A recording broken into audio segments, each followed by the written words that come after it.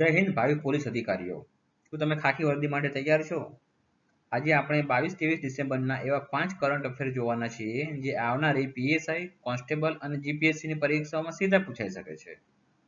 અરવલ્લીના પહાડોથી લઈને કાશ્મીરની કડકડતી ઠંડી સુધી અને લોથલના દરિયાઈ વારસાથી લઈને બાળકોના પાપા પગલી પ્રોજેક્ટ સુધી આ એક જ વિડીયોમાં આપણે બધું કવર કરીશું.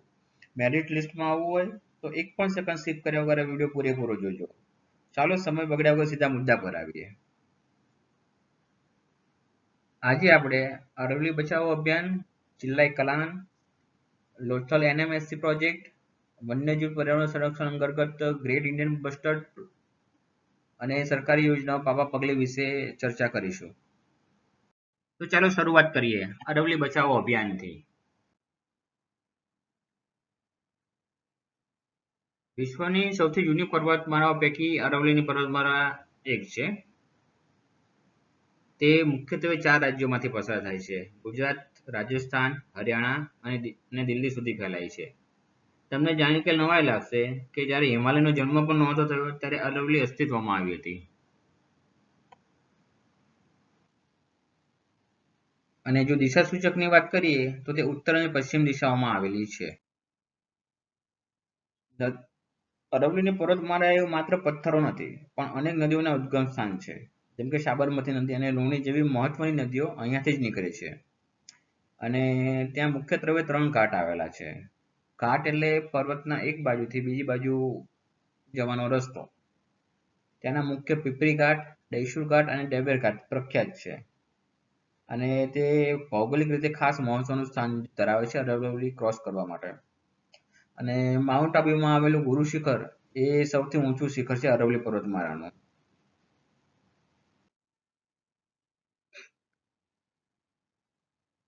અરવલ્લીની અત્યારે નવી જે સુપ્રીમ કોર્ટે વ્યાખ્યા આપી છે એ પ્રમાણે ટેકરીઓ જમીનથી 100 મીટર કે તેથી વધુ ઊંચાઈ ધરાવતી હોય તેને જ અરવલ્લી ગણવામાં આવશે.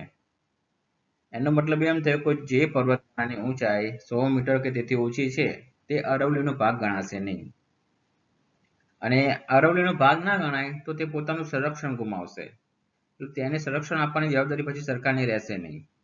તો આ જ છે મુખ્ય વિવાદનું કારણ. પર્યાવરણવાદીઓ માને છે કે આ વ્યાખ્યાથી 90% નાની ટેકરીઓ સંરક્ષણની બહાર થઈ જશે અને ત્યાં ખનન વધશે. અને ખનનની પ્રક્રિયા વધવાથી ધીમે ધીમે અરવલ્લીનો જે વિસ્તાર છે ઓછો થતો જશે. કોઈ પણ પર્વતમાળાની ઊંચાઈ હંમેશા છે સમુદ્રની સપાટીથી માપવામાં આવે છે, જેને મીન સી લેવલ કહેવામાં આવે છે. મુખ્યત્વે અરવલ્લીની પર્વતમાળાનું ઘણું મહત્વ છે. અરવલ્લીનું મહત્વ સમજવું હોય તો આપણે 4 મુદ્દાઓ ધ્યાનમાં રાખવા પડે. તે મુખ્યત્વે થારના રણને આગળ વધતું અટકાવે છે.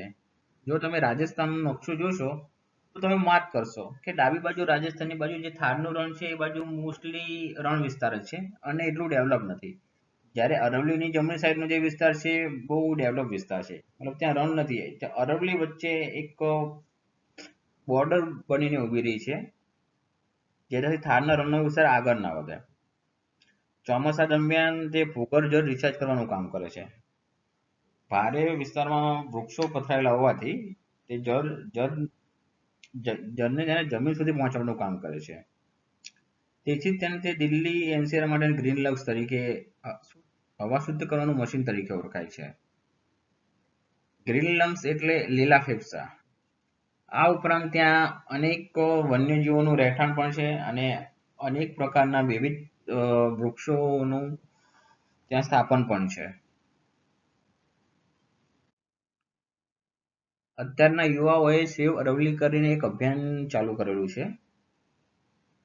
આજે ગેરકાયદેસર ખનન અને જંગલોનો વિનાશને કારણે આ પર્વતમાળા જોખમમાં છે. જો અરવલ્લી નહીં બચે તો ઉત્તર ભારત રણમાં ફેરવાઈ જશે. એટલે આજે સોશિયલ મીડિયા પર સેવ અરવલ્લી હેશટેગ સાથે અભિયાન શરૂ કરવામાં આવેલું છે. જે મોટા ભાગે ઇલીગલ માઇનિંગ, જંગલોનું નિકંદન રોકવા માટેનું છે અને આજુબાજુના લોકોમાં અને દેશમાં એનો વિસ્તાર વધારવા માટેનું પ્રોત્સાહિત કરવા માટેનું અભિયાન છે.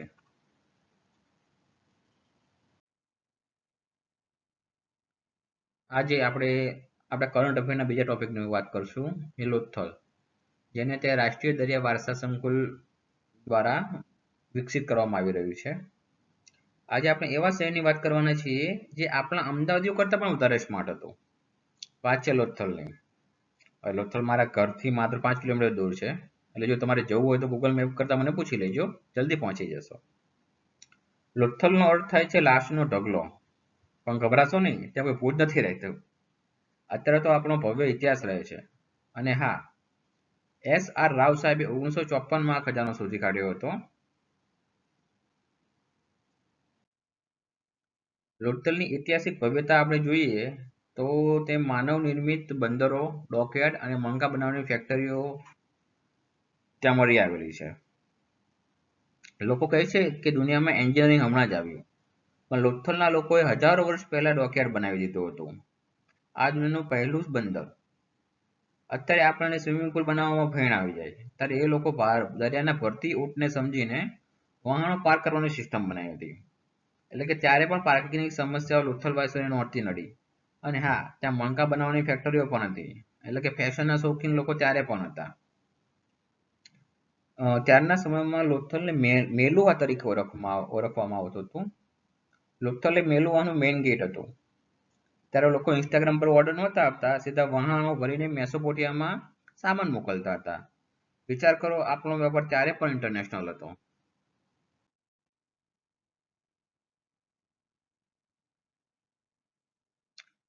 હવે લોથલ બની રહ્યું છે NMSC, એટલે કે national maritime heritage complex. NMSC નું ફૂલ ફોર્મ યાદ રાખી લેજો, એક્ઝામ માટે મોસ્ટ ઇમ્પોર્ટન્ટ છે. નહીં આવડે તો બાજુવાળાનું મોઢું જોવું પડશે. ભારત અને નેધરલેન્ડે MOU સાઇન કર્યું છે કે આ MOU અંતર્ગત નેધરલેન્ડ વાળા આપણને ટેકનોલોજી આપશે. અને જ્યારે આપણી પાસે ઇતિહાસ પહેલેથી જ લોડેડ છે. તમે PPTમાં જોઈ શકો છો કે જે ફ્યુચર પ્લાનિંગ છે લોથલનું, એ આ રીતનું કોઈ હશે એમ.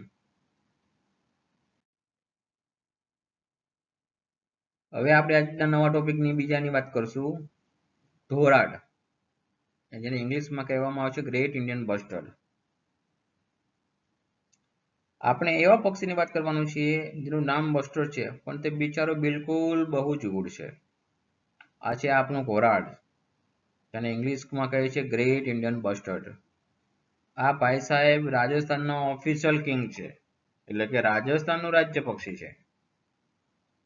આ પક્ષી એટલું ઊંચું છે ને કે જો કોઈ ક્લાસમાં બેઠું હોય તો છેલ્લી બેન્ચ પરથી પણ એને બ્લેકબોર્ડ દેખાઈ જાય. અને હાઈટ લગભગ 1 થી 1.5 મીટર હોય છે. અને વજન 15 થી 18 કિલો. બાપરે, કેટલું ખાતું હશે.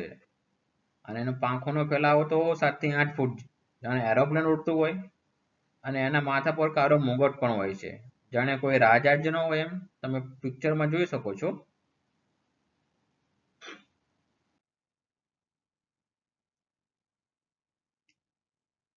પણ દોસ્તો, આટલા મોટા અને શાનદાર પક્ષીની એક મોટી સમસ્યા છે.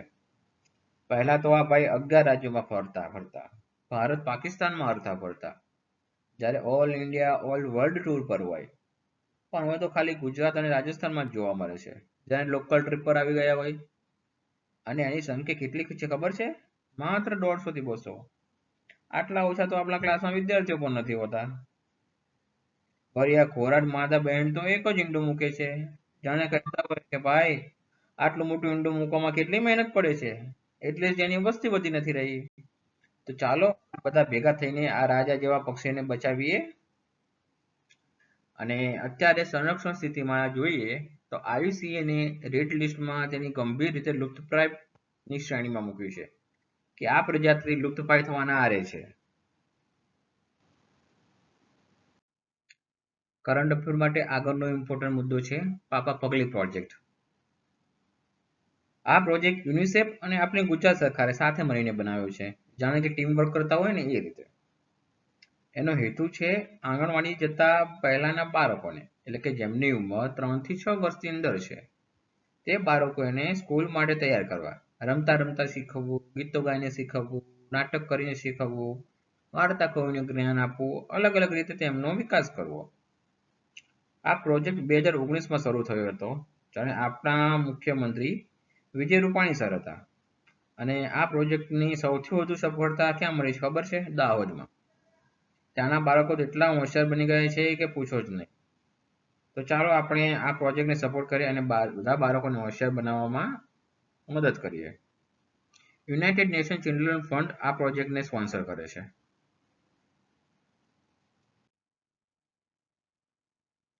આગળનો ટોપિક છે ચિલ્લાઈ કલાન. ચિલ્લાઈ કલાન એટલે શું? સાંભળી લો.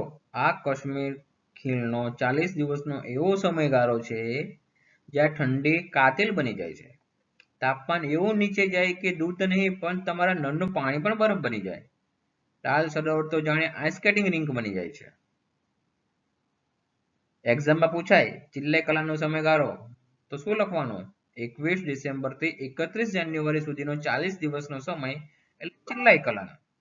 આ તારીખ યાદ રાખવી બહુ જ ઇમ્પોર્ટન્ટ છે, પરીક્ષામાં પૂછાઈ શકે છે. કાશ્મીરના લોકો આ ઠંડીમાં કાંગડી અને ફેરેન નો ઉપયોગ કરે છે. આ શબ્દ પણ બહુ ઇમ્પોર્ટન્ટ છે. કાગડી એટલે એક માટીનું પાત્ર હોય છે જેની અંદર સળગતા કોળસા રાખેલા હોય છે કે જ્યારે બી ગરમી લાગે, સોરી, જ્યારે બી ઠંડી લાગે તો એનો એ શેક લઈ શકે. અને ફેરન એટલે લાંબુ ઊનનું વસ્ત્ર હોય છે, જેમ આપણે સ્વેટર પહેરીએ છીએ, પણ ફેરન આખા શરીરને કવર કરતું હોય છે. આગળની સ્લાઇડમાં તમને એનો ફોટો બતાવું છું. આ જો ડાબી સાઈડમાં જે છે એ ફેરન છે, જે તમારા આખા શરીરને કવર કરે છે ગરમ વસ્ત્રોથી. વચ્ચેના ભાગમાં છે એક આંગળી છે જેની અંદર દેતવા કે કોલસો મૂકવામાં આવે છે. અને ચિલ્લાઈ કલન દરમિયાન આ છે દ્રાસ નામનો વોટરફોલ છે, ધોધ છે, જે આખો બરફમાં કન્વર્ટ થઈ જાય છે. અને આ જે ચિલ્લાઈ કલન શબ્દ છે ને એ પર્શિયન શબ્દ છે અને જેનો અર્થ થાય છે મોટી ઠંડી, એટલે કે બહુ જ ઠંડી એમ. શિયાળાના 3 તબક્કા હોય છે ચિલ્લાઈ કલન દરમિયાન. મેઇન જે ચિલ્લાઈ કલન છે એ 40 દિવસનો હોય છે, જે સૌથી ખતરનાક બાબ છે ભાઈ. 21 ડિસેમ્બર થી 31 જાન્યુઆરી સુધીનો સમય છે. અને આમાં ટેમ્પરેચર બહુ જ ડ્રોપ થઈ જાય છે, બહુ જ નીચે જતું રહે છે, તળાવ પણ બરફ થઈ જાય છે. એના પછીનું એક નામ છે ચિલ્લાઈ ખુડ, એટલે કે ધીમો શિયાળો, જેનો સમયગાળો 20 દિવસનો છે, જે 1 ફેબ્રુઆરી થી 20 ફેબ્રુઆરી છે. ખુદ એટલે નાનો, યાદ રાખવા માટે કહું છું, બરાબર. અને ત્રીજો શિયાળો આવે છે ચિલ્લાઈ બચ્ચા, જે 10 દિવસનો હોય છે, જે સૌથી નબળો કહી શકાય, કે જે 21 ફેબ્રુઆરી થી 2 માર્ચ સુધી હોય છે, જે કે ફરવા લાયક ટાઈમ માટે સારો કહી શકાય. હવે આ ઠંડી માત્ર ઠંડી નથી, જીવનનો આધાર છે. હિમવર્ષાથી ઘણા જ બેનિફિટ થાય છે કાશ્મીરમાં લોકોને. એક તો ભૂગર્ભ જળનો વિકાસ થાય છે, ગ્લેશિયરને પાણી મળે છે, ઉનાળામાં ખેતીમાં કેસર અને સફરજન માટે પાણી મળી રહે છે. એટલે આ ઠંડી કાશ્મીર માટે વરદાન છે. જો તાજેતરમાં કાશ્મીરમાં ડ્રાય સ્પેલ આવ્યો હોય અને એના કારણે પાણીની સમસ્યા થઈ હોય તો એ પણ પૂછાઈ શકે પરીક્ષામાં. તો હંમેશા ચિલ્લાઈ કલન સાથે એ કરંટ અફેર સાથે કનેક્ટ રહેવું. હા, આ ચિલ્લાઈ કલાની ઠંડી ભલે ગમે એટલી ઠંડી હોય, પણ આપણા ઉત્સાહમાં ક્યારે ઠંડી ન પડવી જોઈએ અને મહેનત કરતા રહેવું જોઈએ. અરવલ્લીની પહાડોથી લઈને કાશ્મીરની કડકડ ઠંડી સુધી આપણે આજે 2 દિવસનું કરંટ અફેર જોયું છે, 22 અને 23 તારીખનું. હવે બીજા 2 દિવસનું કરંટ અફેર આગળના દિવસોમાં તરત લઈને હું આવી જઈશ. ધન્યવાદ. Thank you.